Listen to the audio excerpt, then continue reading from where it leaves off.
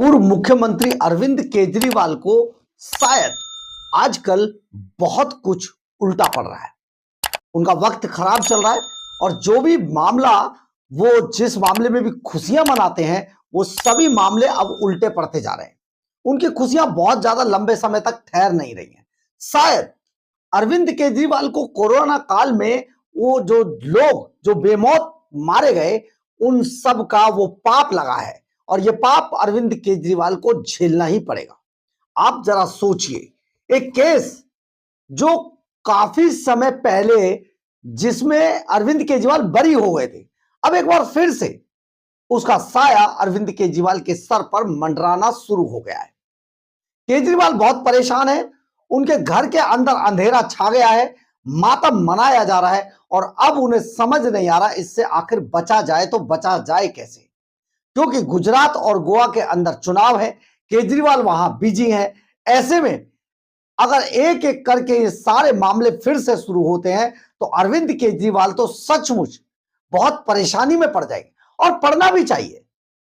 दिल्ली के ये सुपर चोर किसी भी तरीके से अगर चैन की सांस ले ले तो शायद दिल्ली के बहुत सारे ऐसे लोगों के लिए और दिल्ली के लिए ये बहुत बड़ा अपशगुन होगा, क्योंकि अपशगुन तो अरविंद केजरीवाल के नाम से शुरू होता है।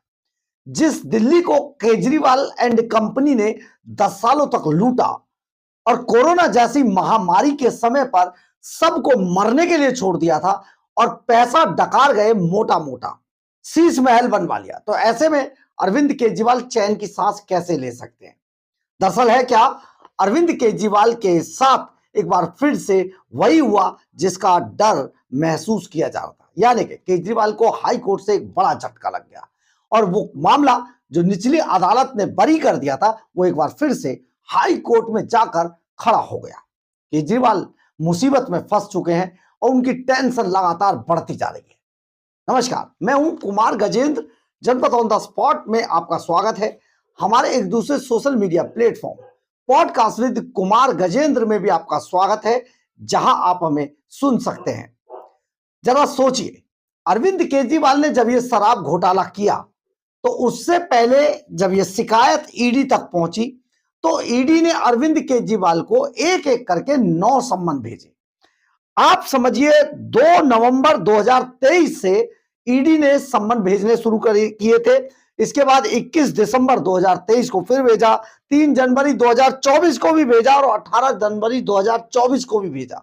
इसके बाद भी आप ये समझिए ये सम्मन एक एक करके आगे बढ़ते गए और अरविंद केजरीवाल बहाना बना बनाकर इस शहर से उस शहर आराम से घूमते रहे, लेकिन ईडी को शायद वो कुछ समझ नहीं रहे थे।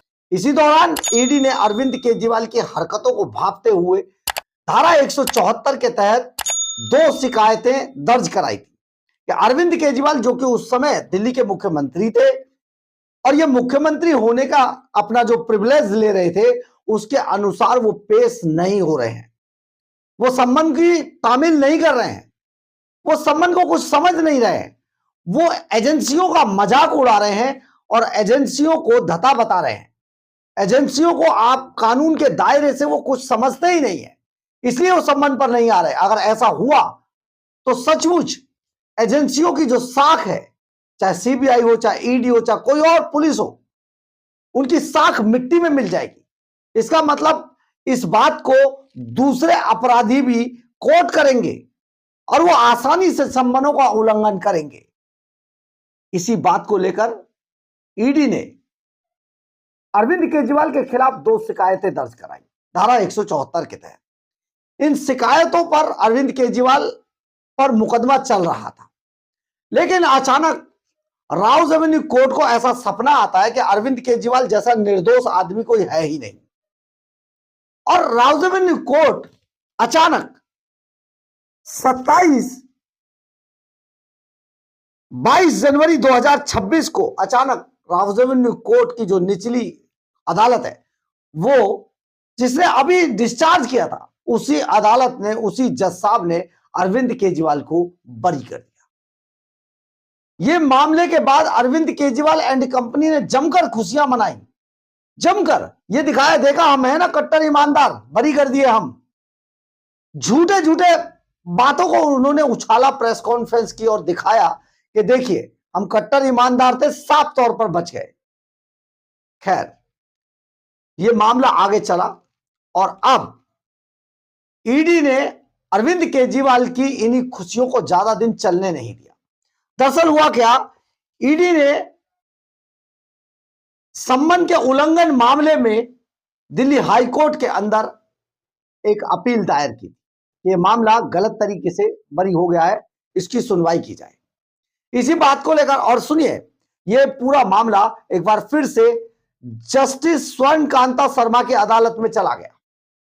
जस्टिस स्वर्ण कांता शर्मा ने सुनवाई करते हुए अरविंद केजरीवाल को आज एक बार फिर से बड़ा झटका दे दिया। जस्टिस स्वर्ण कांता शर्मा ने सम्मन की अनदेखी के मामले में केजरीवाल को ईडी के सम्मन की अनदेखी करने वाले मामले में बरी करने वाले फैसले को चुनौती दी थी,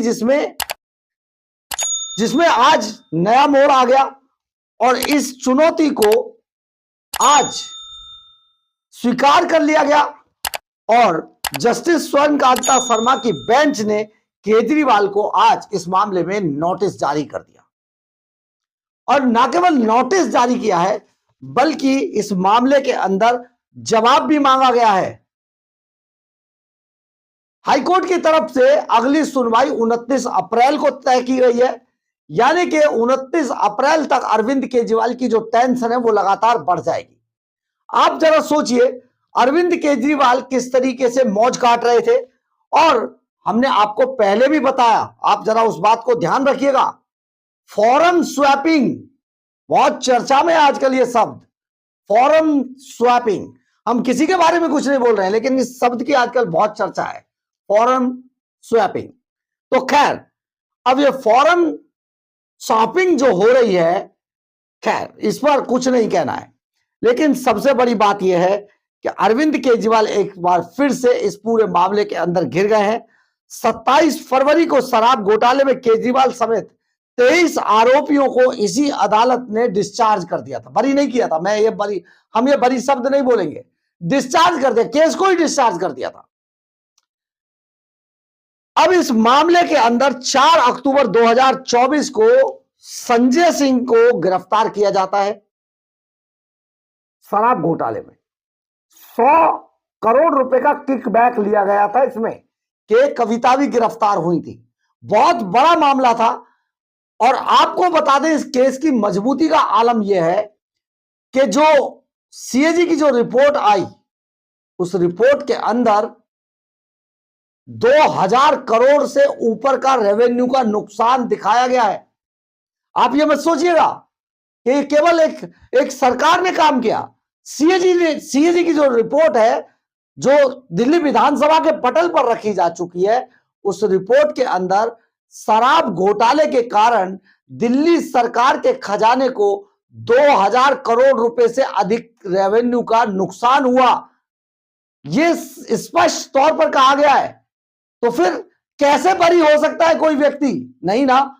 तो आप समझिए, जब 4 अक्टूबर 2024 को संजय सिंह को गिरफ्तार किया गया, तिहाड़ जेल से 9 मार्च 2023 को मनीष सिसोदिया को गिरफ्तार किया गया इसी मामले में।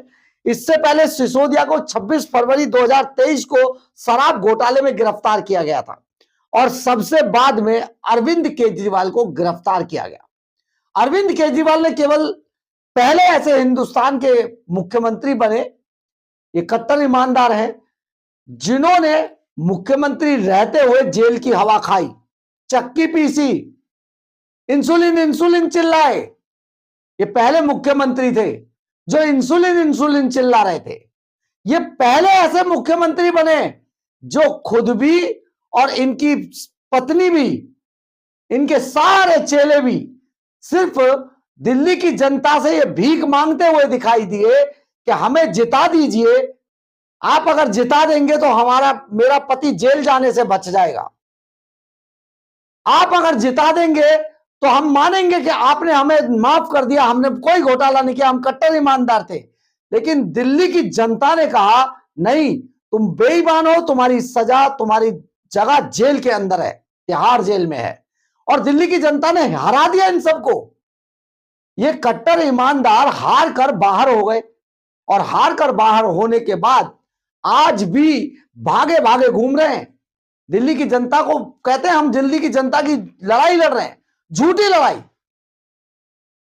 अगर अगर फायर डिपार्टमेंट की गाड़ियों पर 10 सालों तक सीढ़ी नहीं खरीदी तो अरविंद केजरीवाल ने नहीं खरीदी। 1 साल पहले आई हुई रेखा गुप्ता सरकार 1 साल तो समझने में लग जाता पूरे सिस्टम को, तो आरोप लगा रहे हैं रेखा गुप्ता सरकार पर। बड़े गजब के प्राणी है बॉस। तो आप समझिए अरविंद केजरीवाल अब बुरी तरीके से फंस चुके हैं। एक बार फिर से जो वो ईडी के संबंध को की अवहेलना कर रहे थे, ईडी के संबंध को कुछ समझ नहीं रहे थे, ईडी को कुछ नहीं समझ रहे थे, अब अरविंद केजरीवाल की समझ में यह आ गया है कि किसी संबंध पर न जाने का हश्र क्या हो सकता है। ईडी ने इस मामले को हाई कोर्ट के अंदर उठाकर एक बड़ा बड़ा खेल कर दिया है। अरविंद केजरीवाल के घर में मातम छा गया है, अरविंद केजरीवाल के घर में अंधेरा हो गया है। अरविंद केजरीवाल को समझ नहीं आ रहा कि अब होगा क्या, क्योंकि ये तो सारा मामला उल्टा पड़ गया। क्योंकि अरविंद केजरीवाल भागे भागे घूम रहे थे, सुप्रीम कोर्ट में भी अर्जी लगाकर आ गए थे कि मेरे मामले को मिलॉर्ड मुझे माफ कर दो, मेरे मामले को जस्टिस स्वर्णकांता शर्मा ना सुने, कोई और व्यवस्था कर दो।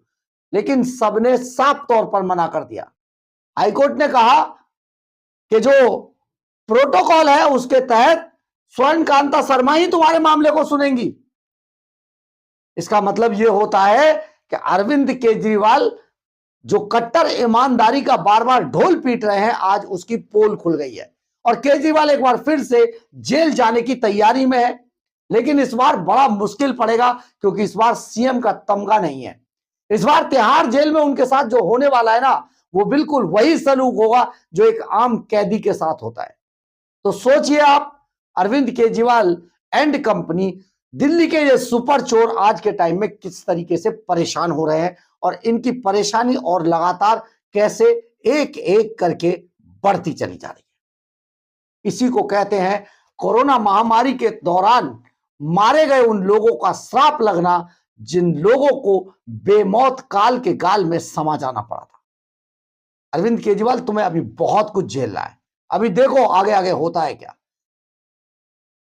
लेकिन सबसे बड़ी बात यह है, कानून अपना काम कर रहा है और केजरीवाल, खैर छोड़िए, अभी गुजरात और गोवा के चुनाव है, कोई भी व्यक्ति को ऐसे नहीं उसको पॉलिटिकली डेड किया जाता है और पॉलिटिकली डेड होने को तैयार अब बिल्कुल अरविंद केजरीवाल है। बहरहाल, अगर आपको हमारी ये खबर अच्छी लगे तो आप इसे लाइक, सब्सक्राइब और शेयर जरूर करें। कमेंट्स बॉक्स में अपनी राय जरूर लिखें, इससे हमें बहुत बहुत बहुत ऊर्जा मिलती है। जय हिंद, जय भारत।